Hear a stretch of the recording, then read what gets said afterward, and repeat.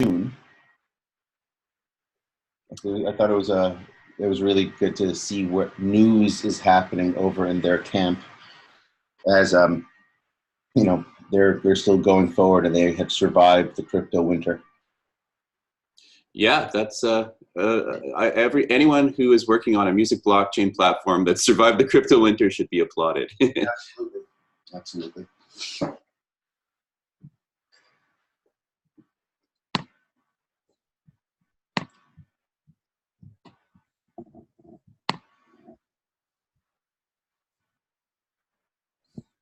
I'll post the article for everybody if you guys want to take a look at it.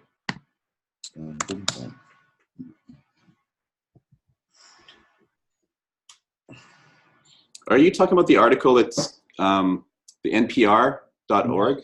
No, the one that you posted that was on Medium. I just put it in the chat window. Oh, okay. Yep.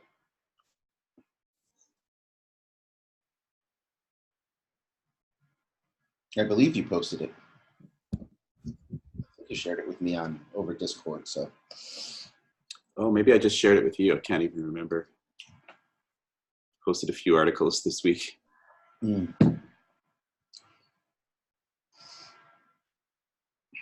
Have you registered on Tune? Like, have you used their platform? Has anyone? I think I might have a long time ago when I was kind of researching stuff for Resonate, but that would have been like a year ago. So I would probably just say I don't really know what it's like to be on Tune at the moment. Yep. Yeah, I think next week I will get an account to start playing with the system, see how it all flows. But based on the article, it looks like they're growing, much more so than anybody else in the space. Right.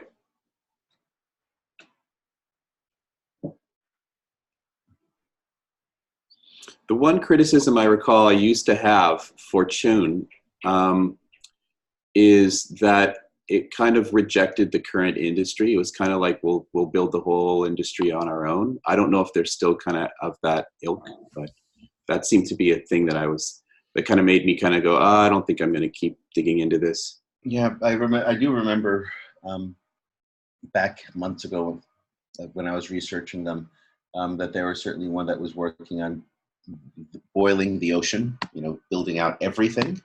Right. But we also know that, it's financially challenging and cost prohibitive to try and do everything at once. And, no one really is able to do that unless they're sitting on hundreds of millions of dollars and can have, hundreds of developers working at the same time. Yeah. And also too, like, do you know anyone that could do that? No. So I was, one thing that like Resonate was focusing more on was establishing relationships with entities like Merlin and other current existing, there's a huge universe of independent labels out there that are very artist friendly, and the whole ecosystem and whole music industry that I don't think should be ignored. Absolutely. You have to integrate pieces of the already existing infrastructure in order for it to, to be woven into the real world. Yeah. Merlin is a huge piece of it, as you just mentioned, because Merlin is the center point for all independent music in the world, pretty much. Yeah. That's it. Well, yeah. When you look at Merlin's market share of the music industry, it is larger than any one major label. So you could argue it's perhaps the biggest single entity if you think of it as a single entity, but it's a conglomerate of independent labels. That's a fantastic thing. Yes. And the other exciting thing that happened this week is Chance the Rapper's announced deal. It's the second one out of the gate now that Taylor Swift has opened the door for a label deal that allows for full ownership whilst engaging with a major label. And that is a huge paradigm shift. And I predict that these doors that are opening now will turn into a flood in the coming year. And you will basically see a major shift in major label focus. And I believe what has happened is the major labels have successfully entrenched themselves in the mainstream streaming services as the barrier to entry. And so artists are realizing that they have to play ball with the majors in order to get on the manipulated playlists and manipulated attention that they've successfully managed to focus listeners on. But the major labels are realizing that they can no longer justify the idea of owning the product because they don't pay for it. So it's just an interesting shift that's occurred.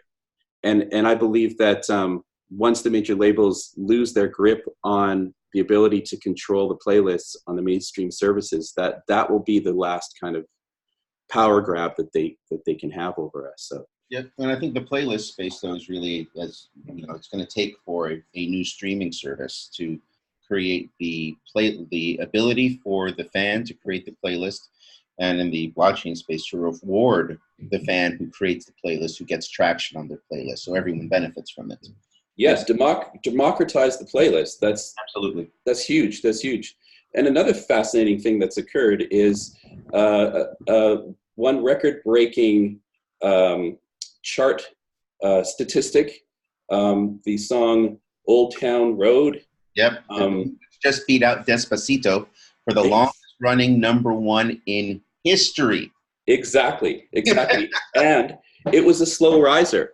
The machinery that was typically in place to make a song a big hit didn't really do its thing with Old Town Road, and it was falling off the charts. Then all of a sudden, it becomes a TikTok dance phenomenon. Well, it started at the TikTok space. I did a pretty deep dive into the story of the song. Okay. And, you know, young kid, 20s, recording tracks on his own, posting them up on SoundCloud. And then he made that track and he just devoted himself entirely to promoting it through Twitter and all various social media spaces until it picked up on TikTok and kids started dancing to it. And a handful of influencers on the platform started to create their dance moves to it, and it went viral for 3 weeks. It was the primary thing that was happening on TikTok. And then it was, yeah, literally the primary thing. I can speak from experience because my daughter is a TikTok addict, and it completely swept her world and all her friends. She's 10 years old. All her friends were doing the dance move. And there's another one that's just happened called the Get Up. It's another crap song, country rap song. Oh no! And it's actually great. It's actually great. I love it. I actually love it. And so there's this way more kind of involved dance move thing. So it's going to be interesting to see what the Get Up does in the charts. Yeah, I'm going to post a little video. Thank you. I'm going to post a video here that I think, if you guys are not familiar with the story, this is a good starting point to see what the narrative is around the history of what is now the longest running #1 song in history. Yeah. Right? In history. Here's the link. So weird. So you guys could watch that on your own and then start clicking on things to hear the actual song. But yeah, it really is a great snapshot of where things could potentially go in the future, considering that this kid, totally indie, came out of nowhere, built it up online, it caught, and Columbia Records took him on now over the last few weeks, which have, I think, been the primary promotional push that has kept the momentum going to keep it there at #1. And additionally, another interesting thing, his very first concert ever was off the success of this over at Stagecoach. First live performance ever was at Stagecoach. That is so crazy. It's remarkable. Yeah, I love it. I love that. Completely unheard of. So the other weird thing is I looked at the songwriting credit on that song, and Trent Reznor because of Nine Inch Nails is listed as a songwriter. Because they sampled it. When you watch this video, okay. This is the thing. So the beat was created over in Holland by some young kid made the beat, and where he sampled Trent Reznor. The beat was purchased by Lil Nas X.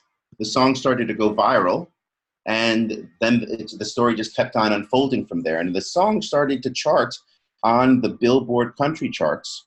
Yeah. And then Billboard said it wasn't country enough and took it off. That's and right. Created a firestorm around the song, which then pushed it to #1, not only on country, but on the top 100 here and all over the world.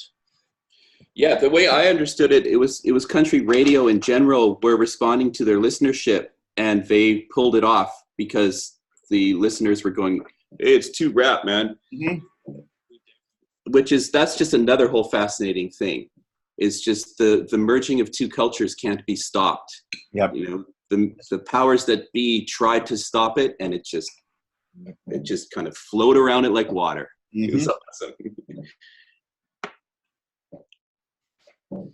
Yeah, I love the story of this kid. I love it.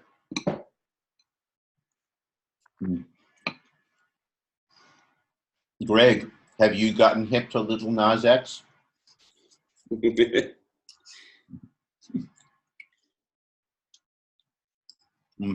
I will take his muted phone. Sorry. No It now takes like 3 screens to get to the unmute button. It used to be a little easier than that.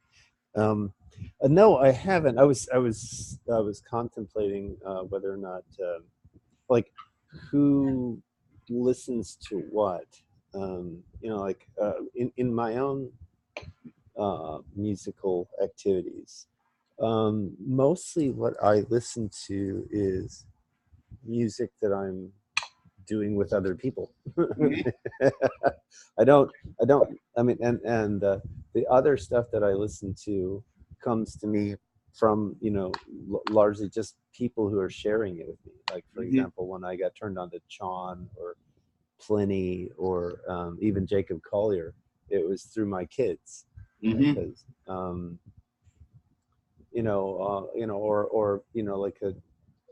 one of my musician friends will say, "Oh, you've got to hear this. You've got to hear Shub Saran or something like that." So the music that I listen to is pretty much off the beaten track. Naturally. I'm not listening to a lot of playlist stuff. That's for sure. So I'm just curious as to what, how other people engage. I think I'm similar to you in that my friends recommend songs. I do pay attention to the music playlist that Spotify recommends. I think their recommendation engine is spot on with my tastes. So I really love receiving my released radars on Fridays and my music discovery playlists on Mondays, because again, they know my tastes, and I believe their algorithms know how to suggest the right stuff to me. So I'm really impressed with that. But next to that, I know Spotify would never recommend Little Nas X to me to listen to because it's not in my, it's not something that I would gravitate towards. But in reading and keeping up with Billboard and various other publications and seeing the story around this kid, it's been this is the song of the year. This is the one while Despacito was the song of the year 2 years ago, and probably last year I would say Brandy Carlisle had the song of the year with The Joke, and a few years ago it was Get Lucky with Daft Punk. This song from an independent artist coming out of nowhere is the song of the year. This kid has won it. It just upended the industry. And another thing I like about the song that I find charming, and I also too wouldn't be listening to this if my daughter wasn't listening to mainstream radio all the time. But I'm falling in love with a lot of big hits right now. But another thing I like about this song is that it's kind of like a pilgrimage to a simpler life. The lyrical theme of the song is about kind of going back to your roots. You've gone through a heavy life. You've gone through potential like money and celebrity, and you're trying to kind of find yourself again. So it's also kind of a nice theme too. Goodbye Yellow Brick Road kind of theme. Yeah, exactly. That's what it is. It's Goodbye Yellow Brick Road for 2019. Got it. Interesting. Cool. Well, that's I'll check it out. I mean, I think it is really important that what you said that it got a lot of engagement from I guess traditional venues by crossing over from the internet venues. Is that Yes.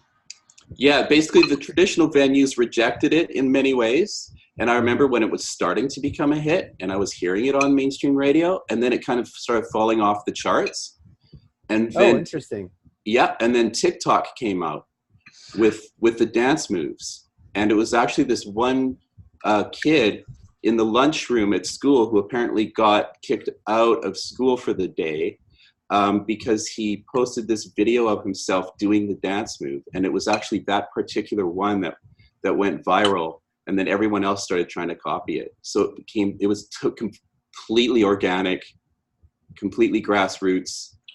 And then the mainstream traditional forces were forced to start playing it again. Interesting. So it had made enough traction that it got to mainstream radio, but there was some pushback against it. Yeah, because they were pushing it to country radio first, because it's a country song with a rap. It's country and rap. Yep. It's crap.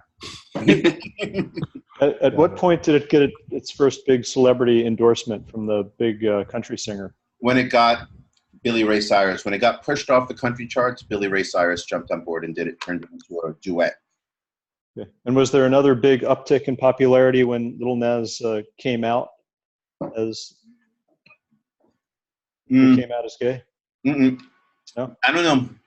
I haven't seen whether. I mean, look, it's been consistently number one for over 15 weeks, and that's the big piece of it all.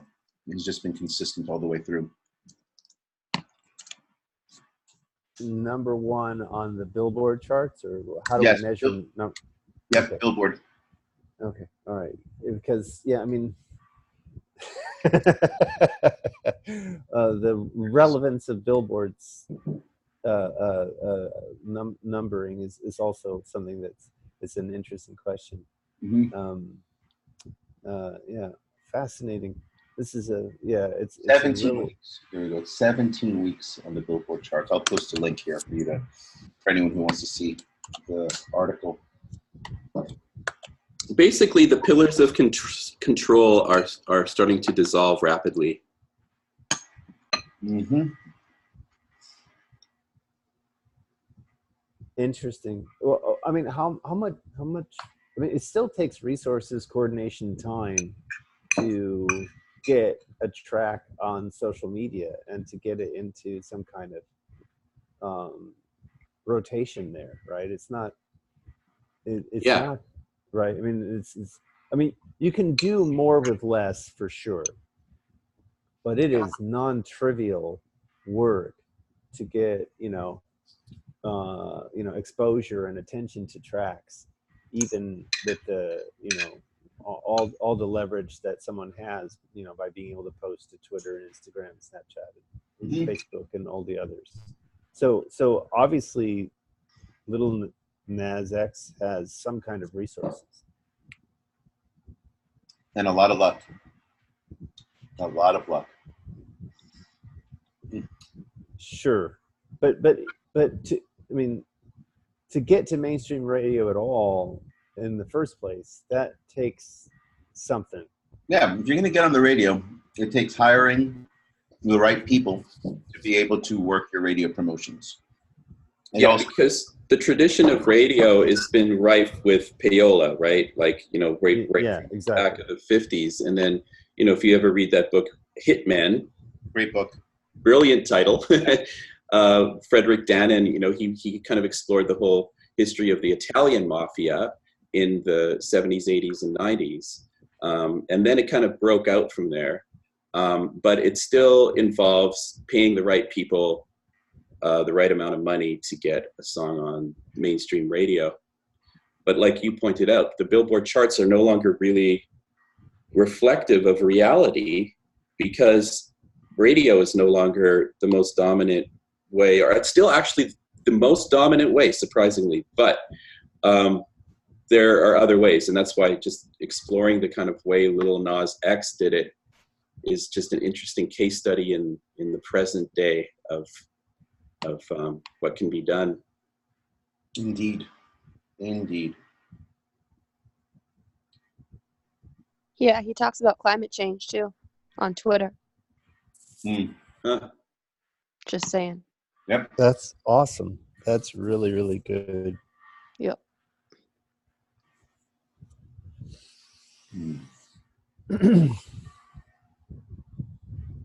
Well, did Eric join us today? Hello. Check. This thing on? Mm-hmm. All right. I was curious if you would be here again today. Yeah. Hi guys. How's everyone doing? How's it going? I'm good. And are you running blockchain art? I noticed there's a blockchain art Zoom session happening weekly. Is that you, Eric? Yes, that is me. Okay. Cool. Which I would love it if you guys, you're all invited to come and hang out. It's sort of more in the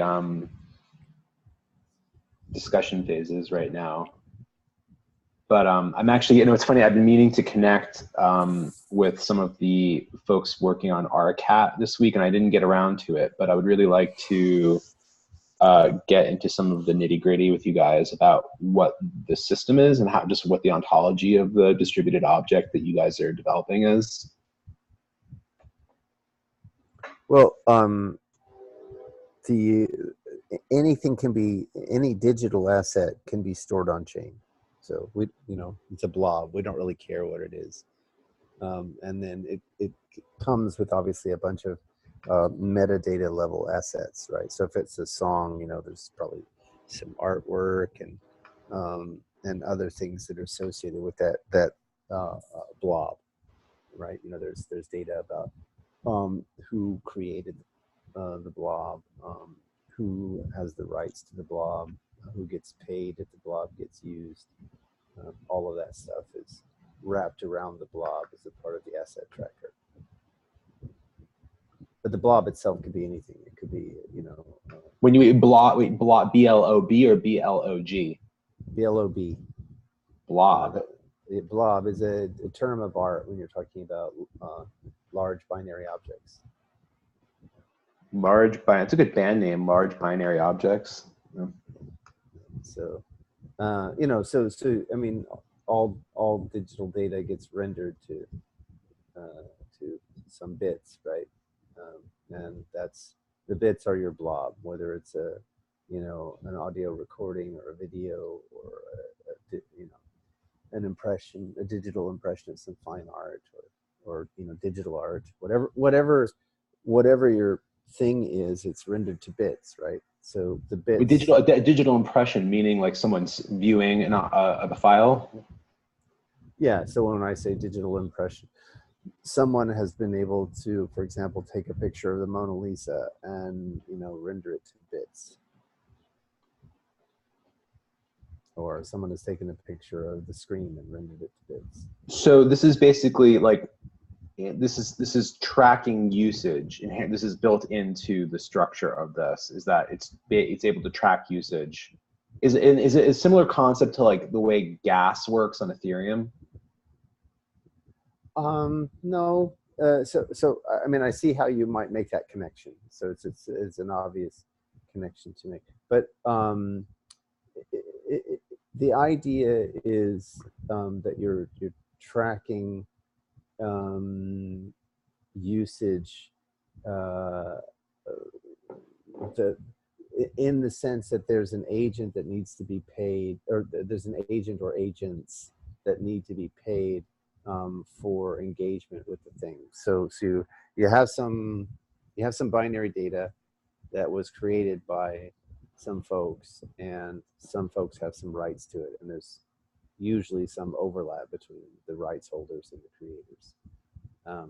And in an ideal world, possibly it's a 100% overlap, but who knows? And then the binary object is on offer to be engaged with, either to be listened to or to be viewed or read, or whatever the form of engagement with the binary object is. And as a part of that engagement, there's a payment made, and then that payment needs to be distributed to the rights holders. So is this like, last summer there was some folks working on like an ERC 888 token that was supposed to be doing something similar for like tracking, let's say, blog views, right? And then creating microtransactions based on viewership of like a blog, or, it was basically a token model for dealing with how we remunerate people for digital content, right? Yeah, so you're jumping to token. I didn't mention token once. There is no token. Well, that's what I think is really interesting about this. So is there, so it's baked when I upload a file, if I upload a video to this, you're calling it the blob, but what actually is it? It's just the RSong blockchain. So the blob is not the thing you upload to. The blob is the thing that you upload. So okay, all right, so it's the file. The video is the file, the bits, that's the blob, okay? So then you, when you upload it to the chain, yes, the chain is where the blobs are stored. And then what we count currently is engagement, right? So in the case of songs, we count the number of playbacks. And then you could then add to the engagement count a tokenization process. Couldn't you gamify that entire system? Of course, that's the idea. That's sort of the well, I mean, in a negative way. So I can just sit there and spam listens to a track, or listen to a track for like half a second and decide like this is not worth my time. Like why should someone be rewarded if that's being gamified in that manner? Well, maybe you create something like a preview, like in Bandcamp, where you. Yeah. So yeah, right. Exactly. All of that is ultimately comes down to the tokenization part, right? So we left it just prior to tokenization because we wanted each community to come along and design their token themselves, or design their token ecosystem themselves. So Greg, is this like, in a way, it's kind of like our IPFS with rights management built in? Is that what I'm understanding this as? You could think of it that way. I mean, IPFS has a lot of things going on there. This is not really, it's not really IPFS. It's literally just a digital asset tracker. I mean, that's all it is. But it's distributed storage too. Well, the blockchain is distributed storage. But like the other blockchains aren't really robust enough. They're not able to do that. That's correct, because they don't have the scalability. We have the scalability, and the reason we think this is important is because we believe that digital asset dissemination is like what most people are doing on the internet 90% of the time. So let me ask you a hypothetical question then. So in the case of, let's say, digital art, so one of my collaborators, we have this project called the Collectors Club, which is, it's basically, digital art, functions a little differently than music, but, we would basically want something exactly like what you're describing that would be a chain that would be co-hosted by collectors and institutions and artists. So basically they would collaborate on basically maintaining the network that hosts this art in perpetuity. And there would need to be not only rights management built in, but also like upgradability built into like the smart contract that mediates the file. So as technology progresses, the parameters for what the art object actually is, like, does it have to remain a standard definition video, or can it be upgraded to 4K without losing the nature of the piece, or is it something that needs to be enacted in physical space? There's like all these other sort of parameters that come into play when we define what the art object is. Yeah. So our cat already handles that because we literally don't care. You render it to bits, we store the bits, and and then you ask for the bits back, and we hand you the bits back. That's it. It's just storage, and so it's all in the encoder decoder as to how the bits get engaged with. Right. So if you hand us a 4K video, we store the 4K video, and we hand it back to you, and your viewer is what takes those bits and turns it into video images. That now is the viewer a specialized browser, or are you going to be using a pre-existing? No, that's all on the other end. It has nothing to do with us.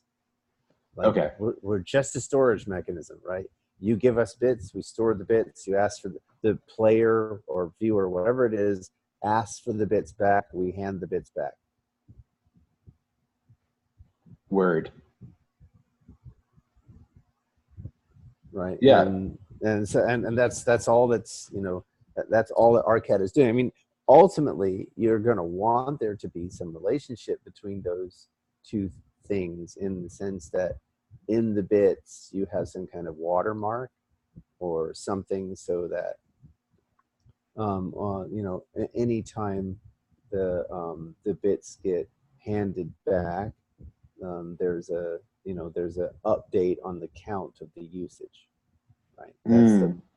That's the thing that you need to with RSong. That's the magic trick. The magic trick is that the blockchain is being called back by the player when someone is listening.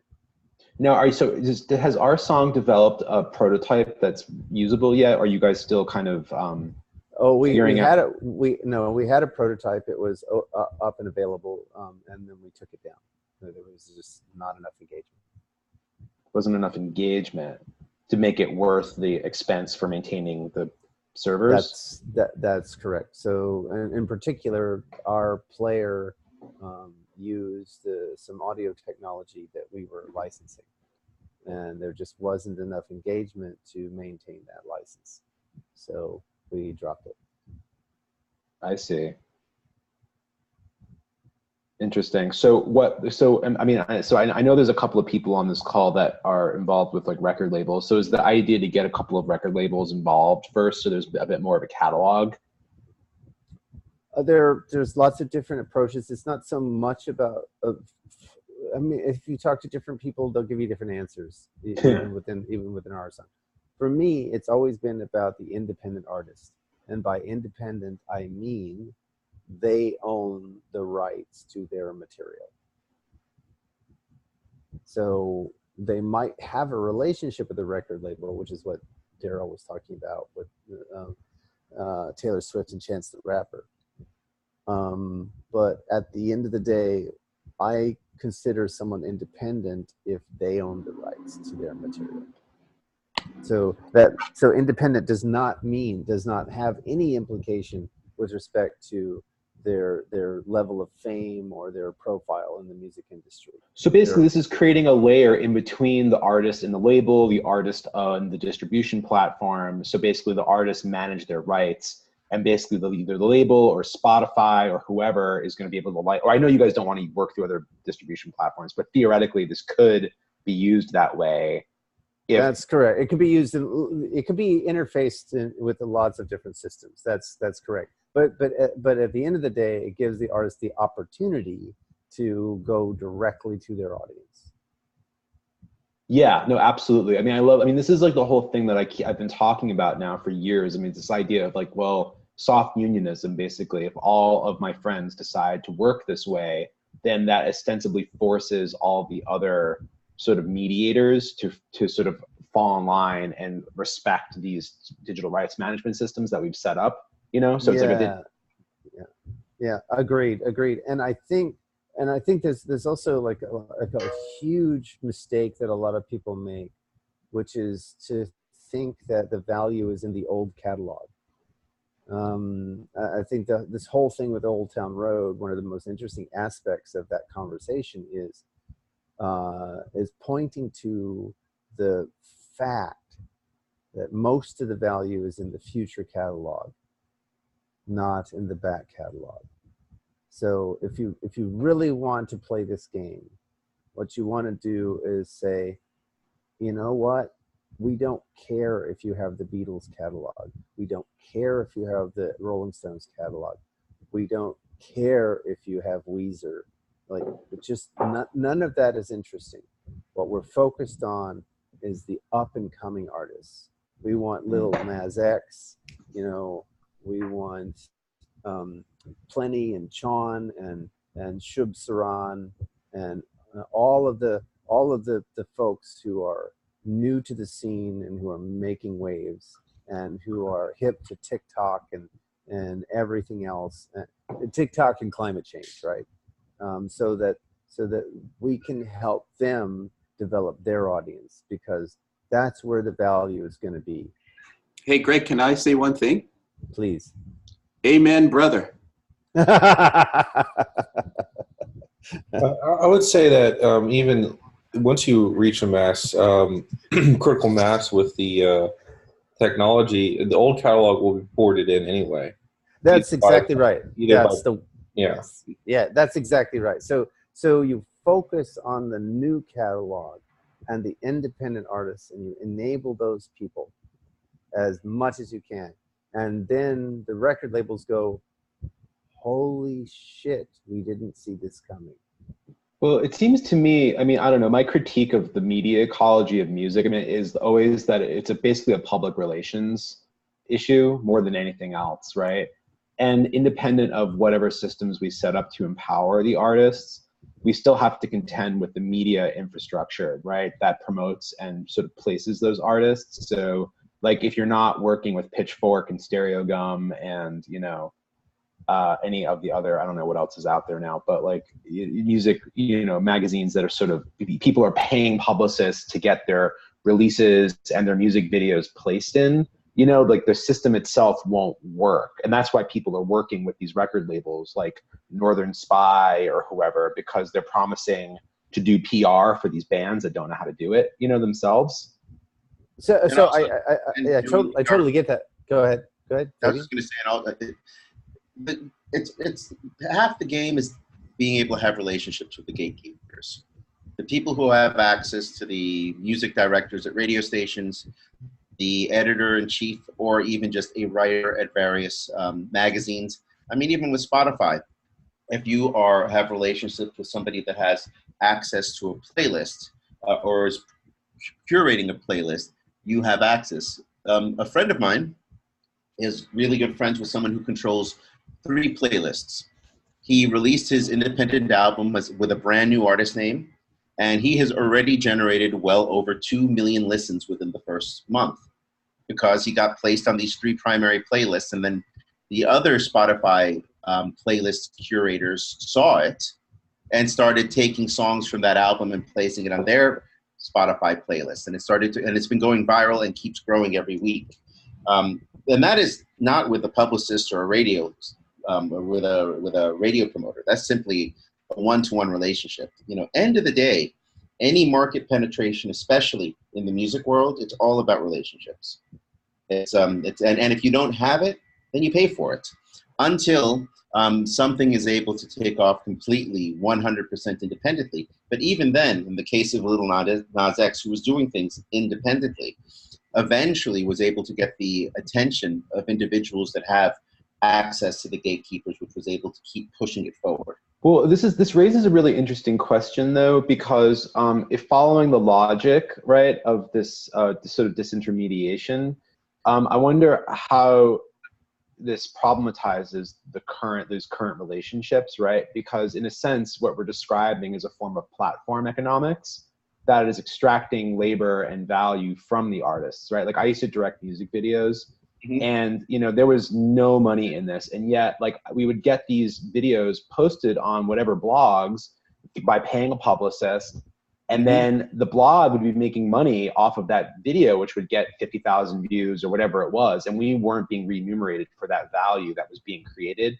All we were getting was visibility. I was getting visibility as a video director. The band was getting visibility for their music, but there was no kind of like money that was really kind of coming in unless the band went on a tour and like really blew up on the tour, basically, right? And so if we start placing this sort of mediator, the RCAT sort of rights management system in between our content and the, like Pitchfork, and all of a sudden Pitchfork has to start paying us for access to that content, what does that do to that ecosystem? You know, I mean, do they start ignoring artists that have chosen this form of soft unionization for their you know what I mean? Is the problem really with the blog though? Is it with something like YouTube or wherever that content was going to? So you have music. It's not like Pitchforks. You know, they're not trying to necessarily screw you, but like it's the value goes above them. Does that make sense? Maybe. I mean, MTV used to, like, where did that money come from for music videos on MTV in the 90s? And I guess the record labels were paying for everything at that point, because through album sales. So wasn't that SAG money from TV? Wasn't it all like a TV budget because it was a TV show? And basically at that time, like since that was before streaming and everything, there was a TV budget to show music on TV because people, just like people used to hear music on the radio, and like, you know, that was the way that people could discover new music. TV was the way that people could discover new music. And so I would guess that a lot of the money that came to budget that stuff and to pay those people came from SAG, from the TV world. I guess what I'm trying to get at is if you pay for visibility and you get visibility, that's what you paid for. If you want something else back from that equation, you have to bake that into the contract. And find someone who's willing to spend the money on it. That's the thing. I also, you know, I think it's time to upend our notion of what gatekeepers are, right? Because it's like the same thing is true about venues, right? The whole idea that there are these, you know, this really small network of venues, and you have to sort of, you know, play the game to play in venues to attract an audience. It's just not true. There's just gigantic swaths of real estate that are in really good, heavily populated areas that are beautiful, that you can go get off Airbnb or any of these other rental networks, and you can control the venue top to bottom, front to back. And let me tell you, as a performing artist, that's more important to me than just about anything. The last thing I want to do is to play in a club with a sticky floor and, you know, cigarette smoke baked into the ceiling, and you know, just not interested. It's not what my music is about. I want my music to be, you know, connected to sunlight and, you know, air. And so I just really feel like it's time for musicians and all kinds of other artists who might be a part of a cultural flow that helps spread the message of it's time to come together now. We have to work together. That they can create a movement, and I mean literally a movement through cities and towns and other kinds of things by upending where the venues are and how people notice what music is being played, where the festivals are. All of that can change if people just open their eyes. I mean, the Airbnb network is an awesome network to utilize to set up a series of house concerts.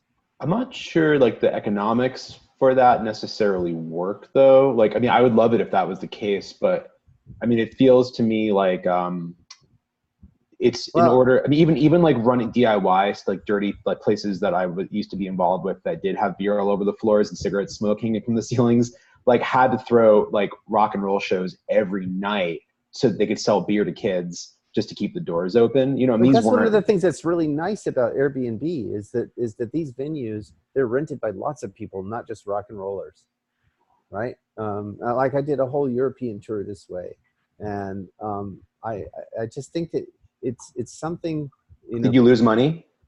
I definitely lost money because I did not. That's my point. No. But it's the first time I did it. If just like with a YouTube channel, right?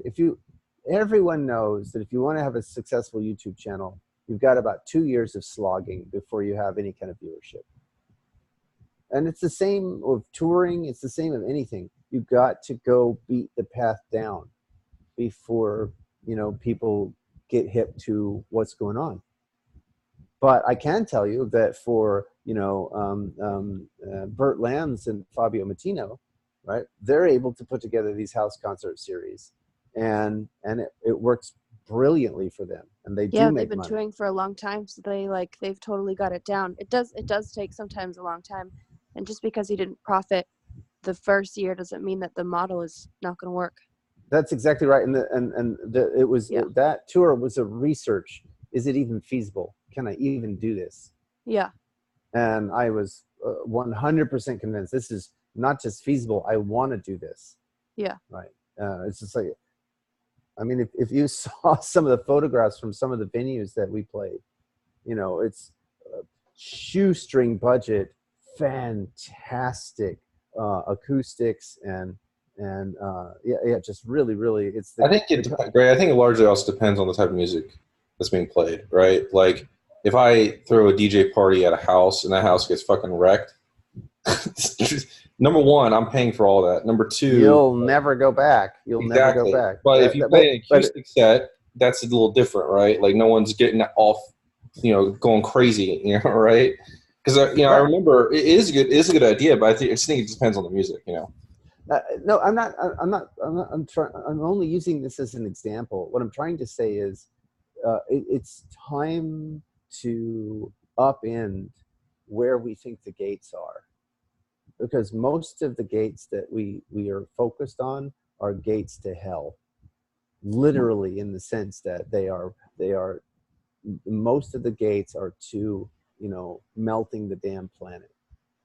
And if we want to, if like, for example, I keep asking myself every single day, how does my engagement with music fit into my growing concern, you know, and dread and anxiety about what I need to be doing to deal with climate change. And one of the things that I think is reasonable for musicians to do, and dance troupes and sculptors and mimes, and is to book a bunch of tours, and as a part of those tours, get the word out, start talking about it, and set up your show so that as a part of the show, there's a point where the community can talk, right? You know, imagine if after you know, just a phenomenal set, you just sit down on the floor and you say, hey, you know, tell us what's going on in your community. You know, how are you dealing with flooding? How are you dealing with fires? Let's share. What are your solutions? Right? That would be a really fantastic and really meaningful show. I know if I were participating in that show, either as an audience or as a musician, it would completely change the show for me. It would mean a lot to me. I think, I mean, maybe like if you were touring and like a lot of boomers were showing up to your shows, like if you were David Crosby. I went to see David Crosby with my dad a couple of months ago, and it was great. He was actually wonderful, but like he needed to do that with like that crowd of boomers, you know, in the audience. But like I would like to maybe offer an alternative scenario, because like a lot of these shows, you know, the sort of DIY kind of punk space types of shows are serving a different purpose, you know, for like low income, you know, younger kind of kids in like their late teens, 20s.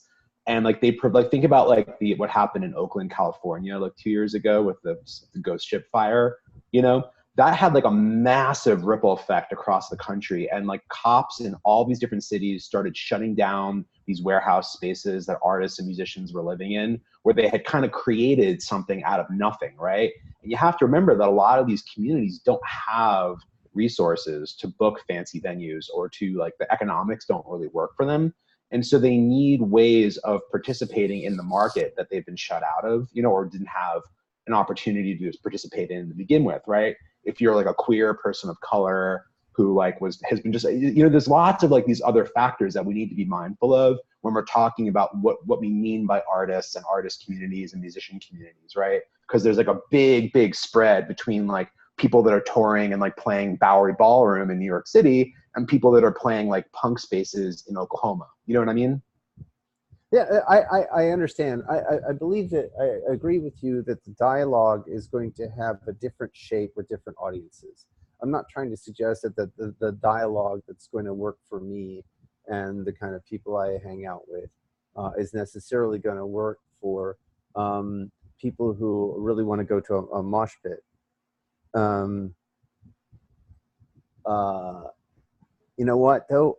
I am being pinged by one of my developers, and I need to jump off right this minute. It's a very interesting conversation.